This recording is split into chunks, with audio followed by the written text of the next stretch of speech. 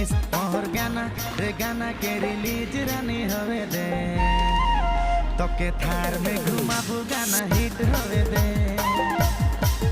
मोहर गाना